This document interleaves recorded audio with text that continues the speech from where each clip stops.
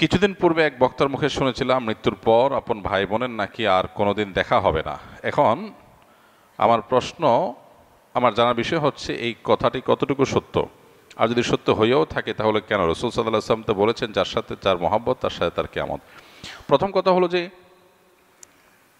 এটা সঠিক কথা না। যদি কোনো বক্তা বলেও থাকেন যে মানুষ মারা যাওয়ার পরে তার ভাই বোনের সাথে দেখা আর কোনোদিন হবে না, এটা সঠিক কথা না। কারণ কোরআন হাদিসে কোথাও এরকম কোনো কথা বলা হয়নি যে মানুষের মৃত্যুর পর আর প্রিয়জনের সাথে কখনো দেখা হবে না, বরং এর উল্টাটা আছে। আল্লাহ রাব্বুল আলামিন কোরআনে হাকিমের মধ্যে ইরশাদ করেছেন, যে ব্যক্তি ঈমান এনেছে এবং ওয়াত্তাবাআতহুম যুররিয়াতুহুম, তার পরবর্তী বংশধর যাদেরকে সে রেখে গেছে পৃথিবীতে, তারা যদি তার অনুসরণ করে, অর্থাৎ তার ঈমান আমলের অনুসরণ করে, তাহলে আল্লাহ তাআলা বলেছেন যে তাদেরকে তাদের সাথে আল্লাহ তাআলা এলহাক করে দিবেন, সংযুক্ত করে দিবেন। অতএব এই আয়াত বরং পরিষ্কার বলছে যে কোনো মানুষের মৃত্যুর পর তার আত্মীয় স্বজন বা যাদেরকে তিনি রেখে মৃত্যুবরণ করলেন, সে মানুষগুলো প্রিয়জনরা যদি তার আদর্শ অনুসরণ করে, অর্থাৎ ঈমান আমলের চর্চার মধ্যে থাকে, তাহলে তাদের সাথে কিয়ামতে বা আখিরাতে আল্লাহ রাব্বুল আলামিন তাদের সাথে সাক্ষাৎ এবং একসাথে থাকার সুযোগ আল্লাহ তাআলা দান করবেন। এটা এখান থেকে পরিষ্কারভাবে বোঝা যায়। আর এর পাশাপাশি নবী সাল্লাল্লাহু আলাইহি ওয়াসাল্লাম আরেকটা হাদিস আছে, আলমার ও মাআমান আহাব, অর্থাৎ মানুষ যাকে ভালোবাসে তার সঙ্গে সে থাকবে। সেটার একটা অর্থ হতে পারে যে একজন মানুষ যখন জাহান্নামী কোনো মানুষকে ভালোবাসবে, আপনি কার ফ্যান, কার ফলোয়ার, কাকে ভালোবাসেন, কাকে অনুসরণ করেন, এটার উপর নির্ভর করে আপনার গন্তব্য। একজন মানুষ যখন কোনো খারাপ মানুষ অনুসরণ করে, তখন তার সাথে কিয়ামত হবে, তার সাথে তার হাসর হবে, সে তার পরিণতি ভোগ করবে। আর কেউ যখন কোনো জান্নাতি মানুষকে ভালোবাসে, জান্নাতি মানুষের অনুসরণ করে, তখন সে তার সাথে জান্নাতে থাকার সুযোগ লাভ করবে। এখান থেকে পরিষ্কারভাবে বোঝা যায় যে কোনো বক্তা যদি এরকম কথা বলেও থাকেন তাহলে এটা সঠিক না। তবে হ্যাঁ, কিয়ামতের পর একজন মানুষ তার প্রিয়জনের সাথে তার সাক্ষাতের সুযোগ হবে না, বা গন্তব্য পৃথক হবে, যখন একজন জান্নাতি হবে আরেকজন জাহান্নামী হবে। এখন প্রশ্ন হলো যে আমার ভাই, আমার মা, আমার বাবা, আমার সন্তান কেউ যদি বেঈমান হয় আর সে যদি জাহান্নামী হয়, আর আমি যদি জান্নাতি হই, তো জান্নাতে আমার সুখ হবে না, আমার তো মনে কষ্ট থাকবে যে আমার প্রিয়জন জাহান্নামে। তো জান্নাতে তো কারোর কোনো কষ্ট থাকার কথা না। জান্নাত আজা কে আজারে নাবাসদ কাছে রাবা কাছে কারে নাবাসদ, ফার্সিতে একটা কবিতা আছে, জান্নাত সেই জায়গা যেখানে কোনো কষ্ট থাকবে না। তো আমার প্রিয়জন যদি জাহান্নামে যায়, আমি যত জান্নাতে যাই আমি তো সুখ পাবো না, তাহলে আল্লাহ তাআলা আমাকে কিভাবে সুখী করবেন? উত্তর হলো, আল্লাহ রাব্বুল আলামিন আমাদেরকে জান্নাতে যখন নেবেন, বা আখিরাতের মারহালা বা স্তরগুলো যখন, লেয়ারগুলো যখন আমরা পার হব, আমরা দুনিয়ার মতো করে সেগুলোকে চিন্তা করি সাধারণত। এখানে যেরকম আমরা একে অন্যকে ফিল করি, মিস করি, আল্লাহ তাআলা সেখানকার পরিবেশ পরিস্থিতি, আমাদের মানসিক অবস্থা, সব কিছুকে আখিরাতের জন্য অনুকূল করে দিবেন। আপনার প্রোফাইল থেকে যদি আল্লাহ তাআলা তাদেরকে ডিলেট করে দেন, আপনার মেমোরি থেকে আল্লাহ তাআলা তাদের দূর করে দেন, যে আপনার আত্মীয় স্বজনের মধ্যে যারা জাহান্নামে গেছে, তাহলে আপনি কি তাদের কষ্ট অনুভব করবেন? আপনার অন্য সব কিছু ঠিক আছে, শুধু ওইটুকু আল্লাহর মেমোরি থেকে আপনার ডিলিট করে দিয়েছেন, তাহলে আপনি কিভাবে কষ্ট পাবেন? আজকাল অনেক কিছু বোঝা আমাদের জন্য সহজ হয়ে গেছে। দেখুন, যখন তথ্য প্রযুক্তি, জ্ঞান বিজ্ঞানের এই প্রসার ঘটে নাই, তখন কোরআন এবং হাদিসের এই আয়াতগুলো, এই নির্দেশগুলো, এগুলো বোঝাটা অনেক কঠিন ছিল। কিন্তু সাহাবা একরাম অকপটে বিশ্বাস করেছেন, তাদের বিবেক বুদ্ধিতে ধরুক বা না ধরুক। আজকে আমরা দেখতে পাচ্ছি দারুণ লজিক সেখানে আছে, যথেষ্ট যৌক্তিক গ্রাউন্ড আছে। আজকে 2025-এর পৃথিবীতে আল্লাহর দ্বীনের অনেক বিষয়, কোরআন এবং হাদিসের অনেক বিষয়, আখিরাতের অনেক বিষয় হয়তো আমরা বুঝে আসছে না। হয়তো সেটা 500 বছরের পরের পৃথিবীতে এমন সব আবিষ্কার মানুষ হাজির করবে যেগুলো আমাদেরকে সেসব বিষয়গুলো বুঝতে সাহায্য করবে। তো যে ব্যক্তি নিজের বিবেক বুদ্ধি এবং সমকালীন লজিকের ভিত্তিতে দ্বীনকে বুঝতে চায়, সে গোমরাহ হবে, এটা তার গোমরাহির আলামত। দ্বীনকে বোঝার জন্য কোনো লজিকের আশ্রয় নেওয়া, এটা কোনো বুদ্ধিমত্তার পরিচয় নয়। আমি আল্লাহর কাছে নিজেকে সারেন্ডার করব, কারণ আল্লাহ আমার সৃষ্টিকর্তা। আমি যদি আল্লাহর সব কথার লজিক ধরে ফেলতে পারি, তাহলে আল্লাহ কিসের আল্লাহ হলেন? নাউজুবিল্লাহ। আল্লামা ইকবাল বলেছিলেন, জু সমঝ মে আ গেই ও ফির খোদা কিউ কর হুয়া। যাকে আপনি বুঝে ফেলেছেন, রপ্ত করে ফেলেছেন, তার সমস্ত নির্দেশের যৌক্তিকতা, যথার্থতা, তার নিষিদ্ধের যৌক্তিকতা, যথার্থতা যদি আপনি ধরেই ফেলেন, তাহলে তিনি আর আল্লাহ হলেন কি? আল্লাহ তো তিনি যার সব আদেশের যৌক্তিকতা আপনার মাথায় ধরবে না। তিনি তো অসীম। আপনি যদি তার সব কিছুকে রপ্ত করে ফেলতে পারেন তাহলে তিনি সীমিত হয়ে গেলেন, আপনার বুঝে আসছে না। এরকম অনেক বিষয় থাকবে, সেটা স্বাভাবিক। আপনি যার অধীনে চাকরি করেন, আপনার মালিক, কোনো অফিসে আপনি কাজ করেন, কোনো কোম্পানিতে কাজ করেন, আপনার মালিক আপনাকে অনেক কথা বলে যে কথার যৌক্তিক গ্রাউন্ড আপনি জানেন না। আপনাকে বলছে তুমি এই কাজটা করো, কেন করতে বলছে আপনি জানেন না। আপনার কাছে এর বাহ্যিক কোনো লজিক্যাল কারণ নাই, কিন্তু আপনি জানেন তিনি যেহেতু আমার মালিক, তিনি যেহেতু আমার চাইতে অনেক বেশি বোঝেন, অতএব নিশ্চয়ই তার কাছে কোনো গ্রাউন্ড আছে। বিধায় আমি তার অধীনস্থ হিসাবে শুধু দায়িত্ব পালন করি, হয়তো আমার বুঝে আসবে পরে। একজন গাড়ি চালক, একজন পিয়ন, তাকে বলা হলো যে ফাইলটা তুমি অমুক জায়গায় দিয়ে আসো, আবার নিয়ে আসো, আবার দিয়ে আসো, আবার নিয়ে আসো।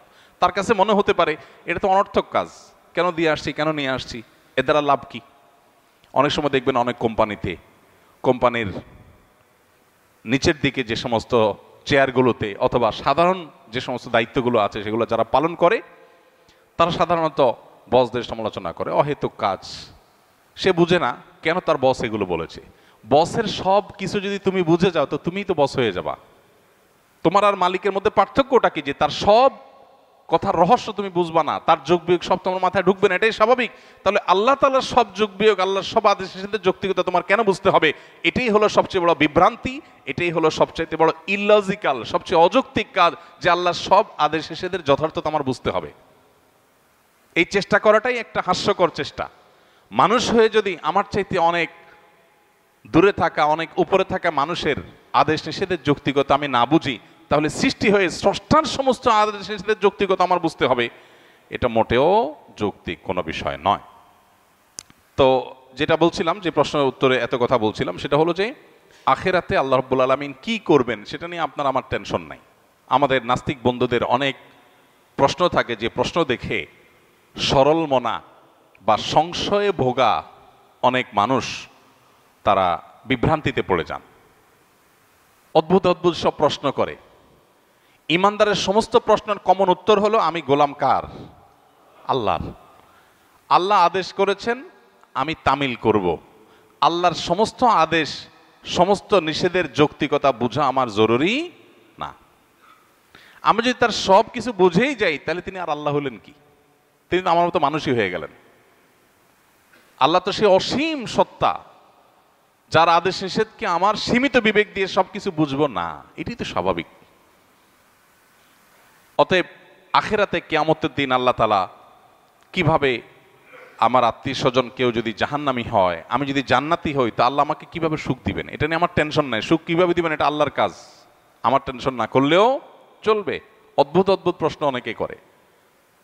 প্রশ্ন করে, ভাই একজন মানুষ কিয়ামতের মহাপ্রলয়ের 500 বছর আগে মারা গেছে, 500 বছর ধরে সে জাহান্নামী হওয়ার কারণে কবরের আযাব সত্য। আহলে সুন্নাত ওয়াল জামাতের আকীদা হলো আযাবুল কবরি ওয়া নাঈমুহু হাক্কুন। কবরে আযাব হবে খারাপ মানুষদের, আবার ভালো মানুষ হলে তার কবরে শান্তিরও ব্যবস্থা হবে। তার লাশ মাটির সাথে মিশে পচে গলে যেতে পারে আপাত দৃষ্টিতে, কিন্তু ওই তার ধ্বংসাবশেষ, তার যে মূল উপাদান, সেটাকে আল্লাহ তাআলা শান্তি দিবেন। দেখতে দেখা যাবে মাটি, সে মাটি হয়তো কষ্ট ভোগ করছে বা সুখ ভোগ করছে, এটা আমরা অনুভব করব না। আজকের পৃথিবীতে এটা তো বোঝা খুব সহজ। আজকের পৃথিবীতে এরকম বিষয়গুলো বোঝা একেবারেই সহজ। তো এই বিষয়টা সত্য।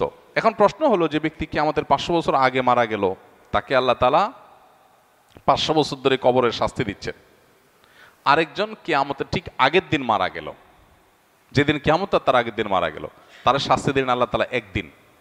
এখন নাস্তিক ভাইদের প্রশ্ন হলো যে, ভাই মনে করেন দুইজন একে অপরাধে মারা গেছে, সমান অপরাধী হয়ে মারা গেছে। একজন 500 বছর ধরে শাস্তি পাইছে কবরে, আরেকজন মাত্র একদিন পাইছে, এরপর তো কিয়ামত হয়ে গেছে, আর কবরের শাস্তির সুযোগই নাই। তাহলে আল্লাহ তাআলা এখানে ইনসাফ কেমনে করবেন? আল্লাহ কিভাবে ইনসাফ করবেন এই টেনশন তার মাথায় ঢুকছে। আল্লাহ রাব্বুল আলামিন ইনসাফ করবেন, দ্যাটস ইট। আল্লাহ কোরআনে পরিষ্কারভাবে ঘোষণা করে দিয়েছেন, ওমা রাব্বুকা বিযাল্লামিল লিল আবিদ। আল্লাহ তার কোনো বান্দাদের প্রতি কোনো জুলুম করবেন না, আল্লাহ জুলুম করেন না। আল্লাহ বলেছেন হাদিসে কুদসিতে, ইন্নী হারামতু যুলমা আলা নাফসি, আমি নিজের প্রতি নিজে জুলুমকে হারাম করে দিয়েছি। সো 500 বছর আগে মারা গেছেন, কিয়ামতের একদিন আগে মারা গেছেন, সেম অপরাধের অপরাধী, সমান অপরাধের অপরাধী, সমান দোষে দোষী, কিন্তু একজনকে 500 বছর ধরে শাস্তি, আরেকজনকে একদিন আগে শাস্তি। এই দুইটার মধ্যে আল্লাহ ব্যালেন্স কিভাবে করবেন? তার হাজারটা ব্যবস্থা আল্লাহর কাছে থাকতে পারে। আমার এটা চিন্তা না করলেও চলবে। আল্লাহ করবেন ইনসাফ, এতটুকু নিশ্চিত। আল্লাহ জুলুম করবেন না, এটুকু নিশ্চিত। কিভাবে করবেন সেটা আল্লাহ ভালো জানেন, এটা আমার জানার দরকার নাই। এটা হলো ইমানদারের কথা। তারপরেও বুঝার জন্য ইব্রাহিম আলাইহিস সালাম যেরকম বলেছেন, আল্লাহ কিভাবে আপনি আবার প্রাণীগুলোকে একত্র করবেন, জীবিত করবেন, আমাকে একটু দেখান। আল্লাহ বলেছেন, আওয়ালাম তো মিন, তোমার কি ইমান নাই? ইমান আসে না, বিশ্বাস হয় না? বলছেন হ্যাঁ, বালা ওয়ালাকিল্লিয়াত মাইন্না কালবি। আল্লাহ তাকে দেখাইছেন। তো বোঝার জন্য বলা, একজন মানুষকে 500 বছর ধরে শাস্তি দিলেন আল্লাহ তাআলা, আরেকজনকে একদিনে শাস্তি দিলেন। 500 বছরের শাস্তি একদিনে। এই শাস্তির কোয়ালিটি দিয়ে দীর্ঘদিন ধরে দেওয়া শাস্তি আর অল্প সময় দেওয়া শাস্তি দুইটাকে সমন্বয় করা সম্ভব কিভাবে? আপনি একজনকে 100টা কিল দিলেন, কিল, দুজন সমান অপরাধ করছে, একজনকে 100টা দিয়েছেন, আরেকজনকে একটা দিয়েছেন, দুইটাকে সমান করা সম্ভব না? সম্ভব না। এখন কিল মাপা যায়। এখন মানুষ কতটা জোরে আঘাত করেছে এটাও মিটার দিয়ে কি করা যায়? মাপা যায়। আপনি একজনকে ছোট ছোট করে 100টা কিল দিলেন, যে পরিমাণ কষ্ট পাবে, আরেকজনকে একটা বড় করে একটা দিলেন, সমান করা সম্ভব কি সম্ভব না? হ্যাঁ, 1000 কিল আর একটা কিল সমান করা সম্ভব কি সম্ভব না? হাতুড়ি দিয়ে এমন ভাবে জোরে দিলেন যেটা একদম নাই হয়ে গেল দুনিয়ার থেকে। আরেকজনকে 10,000 কিল দিলেন। তো এই দুইটার মধ্যে যদি ব্যালেন্স করা সম্ভব হয়, তাহলে 500 বছর আগে মারা যাওয়া মানুষ আর কিয়ামতের একদিন আগে মারা যাওয়া মানুষের শাস্তির মধ্যে ব্যালেন্স করা কেন অসম্ভব হবে? মানুষ সবকিছু নিজের মতো করে ভাবে, এই জন্য সে ভুল করে। আমি মানুষ, আমার সীমিত শক্তি সামর্থ্য দিয়ে আমি ভাবি, আল্লাহ তাআলা অসীম, অতএব তার দ্বারা অসম্ভব বলতে কিছুই নাই। কিয়ামতের ময়দানের আল্লাহ রাব্বুল আলামিন জান্নাতে আত্মীয় স্বজনকে যেরকম মিলিত করাবেন, আবার জাহান্নামে আত্মীয় স্বজনের রাস্তা ভিন্ন হয়ে যাবে, কিন্তু ভিন্ন হওয়ার কারণে জান্নাতের কোনো কষ্ট হবে না। সে ব্যবস্থা আল্লাহ করবেন। কিভাবে করবেন আল্লাহ জানেন, কিভাবে করবেন আল্লাহ জানেন। এক লোক প্রশ্ন করেছে, ভাই আমার তো বিড়ি খাওয়ার অভ্যাস আছে, আল্লাহ তো জান্নাতে যা চাইবেন তাই দিবে, তো আমি জান্নাতে বিড়ি খাওয়া ছাড়া তো আমার ভাল লাগবে না। যদি আল্লাহ আমারে জান্নাত দেন, যদি আল্লাহ আমাকে জান্নাত দেন, হতে পারে না যে অনেক গুনাহ করার পর আল্লাহ মাফ করে জান্নাত দিয়ে দিয়েছেন, হতে পারে, ইমানদার হলেই হলো। তো আমি ইমানদার মুসলমান, আল্লাহ আমার সব মাফ করে জান্নাত দিতে পারেন, সুযোগ তো আছে। যদি দেন তো আমার তো বিড়ি ছাড়া ভাল লাগবে না। তো জান্নাতে গেলে আল্লাহ আমারে বিড়ি দিবেন কিনা? দিলে জান্নাতে বিড়ির মতো নোংরা জিনিস থাকলো, দুর্গন্ধ। আবার যদি আল্লাহ না দেন, তাহলে আমার জান্নাতে সুখ হবে কেমনে? তো উত্তর হলো, আপনার অন্তরে যে বিড়ির চাহিদা আছে, এই নোংরামি আল্লাহ তাআলা দূর করে দিবেন, এটা আর থাকবে না আপনার মনে। সম্ভব কি সম্ভব না?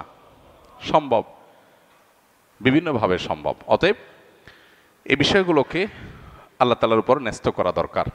আখিরাতের বিষয়গুলোকে আমরা নিজেদের মতো করে ভাবা ভুল।